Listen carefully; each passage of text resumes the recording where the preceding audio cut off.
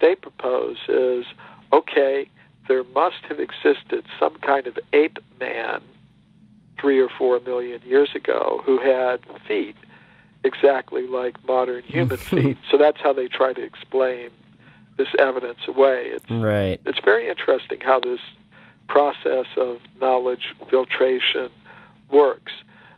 Actually, no scientist has ever discovered the skeleton of an ape man who has feet exactly like modern human feet. Yeah. And we have the skeletons of the ape men who existed 3 or 4 million years ago in Africa. They're called Australopithecus. Yeah. And the foot structure of Australopithecus is not like that of a modern human being.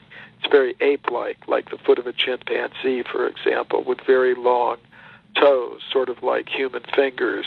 Mm-hmm. And actually the only creature actually known to science today that has a foot exactly like a modern human foot is a human being like ourselves. So, right.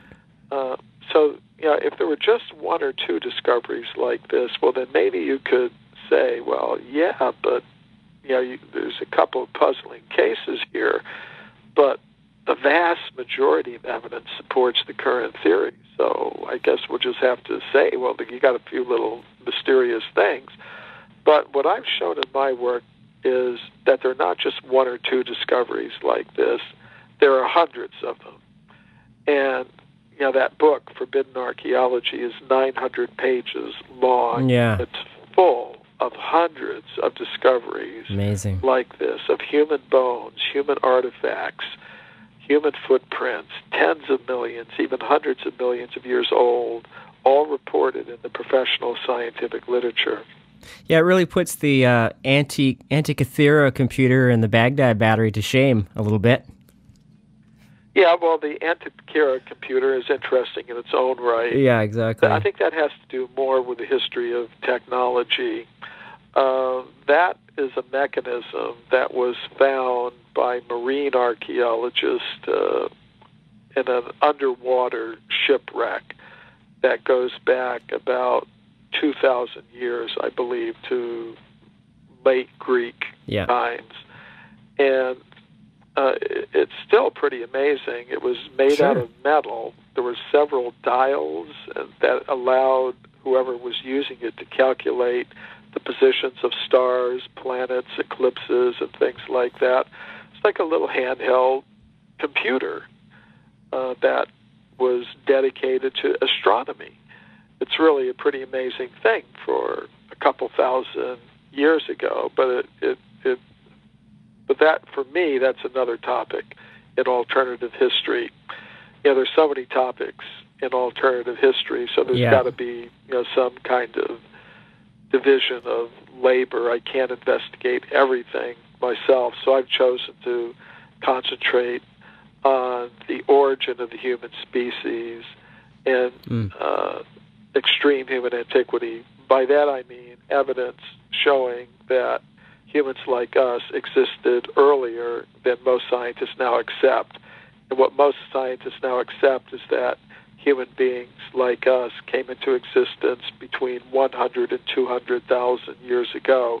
So what I'm most interested in my archaeological research are discoveries showing that humans like us existed before 200,000 years ago. So there are other investigators who are looking into the history of technology and civilization, and those are questions that deal with evidence that's a few thousand years old. It's dealing with a different time period than I'm focusing on. Definitely. So it's interesting. Yeah, and you know what? This whole idea of cataclysmic periodicity doesn't shatter the idea of Darwin's evolution either. I think that's really cool. Like my show's namesake, The Unified Field, I find that a lot of these subjects in the paranormal realm, like forbidden archaeology, UFOs, cryptozoology, secret governments, the motives of governments, the corporate interests involved there, 9/11, all these things, they're all really intricately connected by an umbilical there's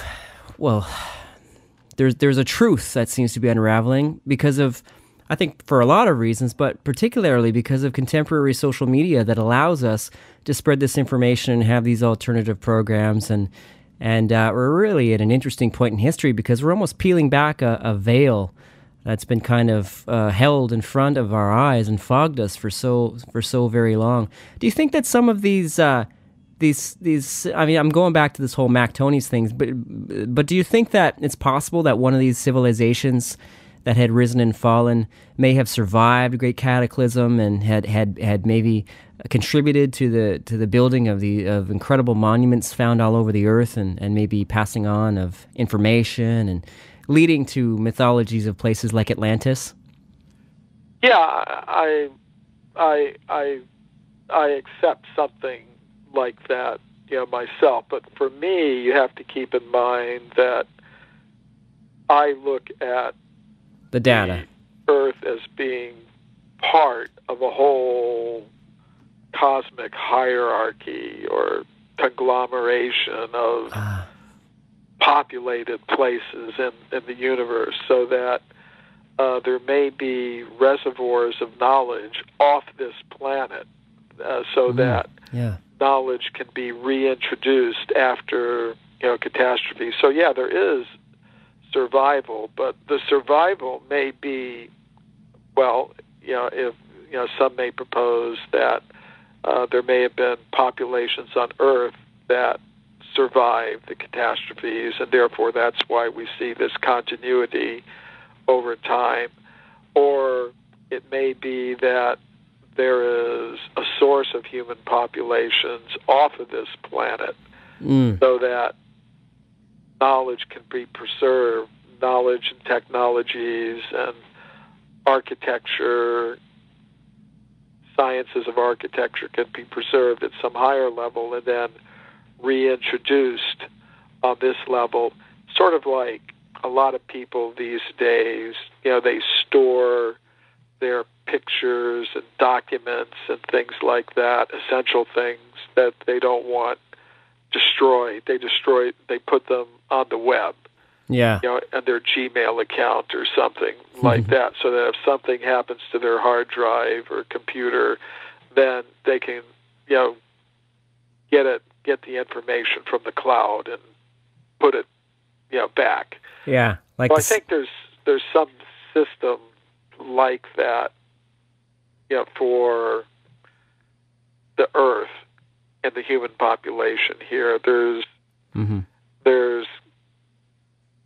reservoirs of knowledge and population off the Earth, so that if something happens down at this level, it can always be, the systems can be restored, the populations can be reintroduced, the knowledge can be reintroduced down on this level.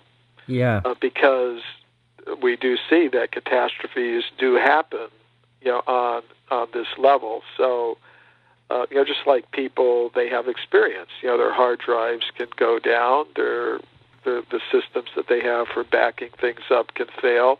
Therefore, as a backup, an ultimate backup, they'll put their really essential stuff on the cloud, as they say, on the web somewhere. Yeah. So that if something happens to their system or systems,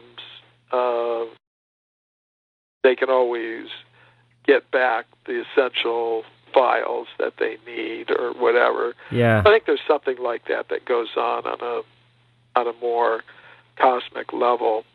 And these are types of things that I get into in my book, Human Devolution, a Vedic Alternative to Darwin's Theory, where I look at cosmology and paranormal research, to show that we're part of a whole cosmic hierarchy of beings. There's lots of intelligences in the cosmos. We're not really alone. And I was just going to react to something that you said just a moment ago about how a lot of these areas of research, the archaeology, the paranormal science, the cryptozoology, the conspiracy theories of government, and all of that are all sort of tied together, and I think they definitely are in this way. Today, there are a lot of powers, political, religious, scientific, that want to see most of the world's population engaged in producing and consuming more and more material things without any disturbance. They really want to see that because that generates a huge amount of wealth, and that wealth flows in certain channels, and from that wealth comes power. And there's a system for directing, the flow of wealth that comes from all of this production and consumption. And part of the system for keeping it intact is dictating to people a concept of self that is very materialistic, which is the main purpose of the education system. Right. Because if you can dictate a person's concept of self, you can subtly control them. You don't even have to control them. People will control themselves. For example, if I think I'm an American man, then that's how I'll behave, because you don't have to force me to do it. I'll do it naturally because that's who I think I am. Mm-hmm. Now, fortunately, I think I've come to understand I'm something more than that. As a conscious self, I have an identity that transcends narrow boundaries, such as nationalism, for example. But so through the education systems, the scientists are able to dictate to people a very materialistic concept of self. But basically what they're telling us is we are machines made of molecules. We are evolved apes. This is what we are.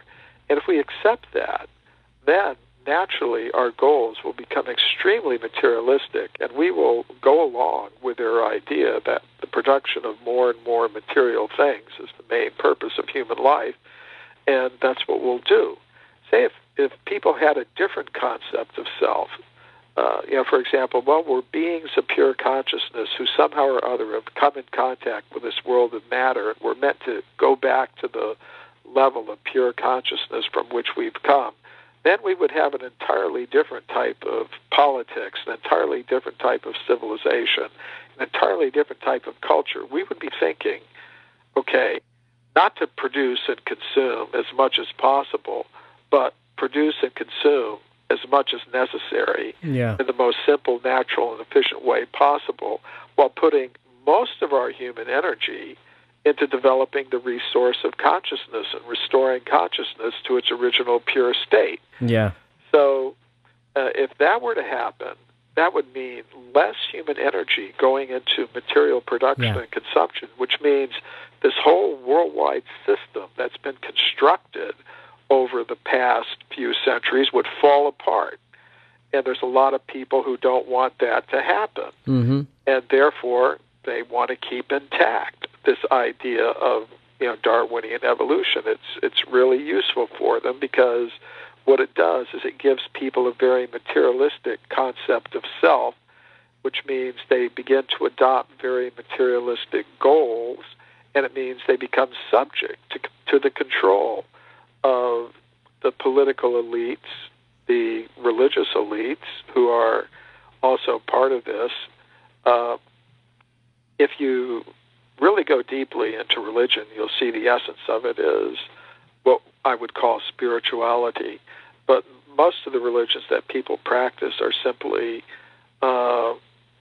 materialistic, in the sense that even if people believe in God, they just pray to God, help me produce and consume more and more material things. Mm-hmm. And we're told not only are we just machines made of molecules, we're machines made of molecules in competition with each other for survival. And that's also very useful for certain powers, that to have people divided up into different groups, fighting each other, competing with each other on the individual level, social level, racial level, the level of religions. It's very useful. Yeah. So I think you're right. A lot of these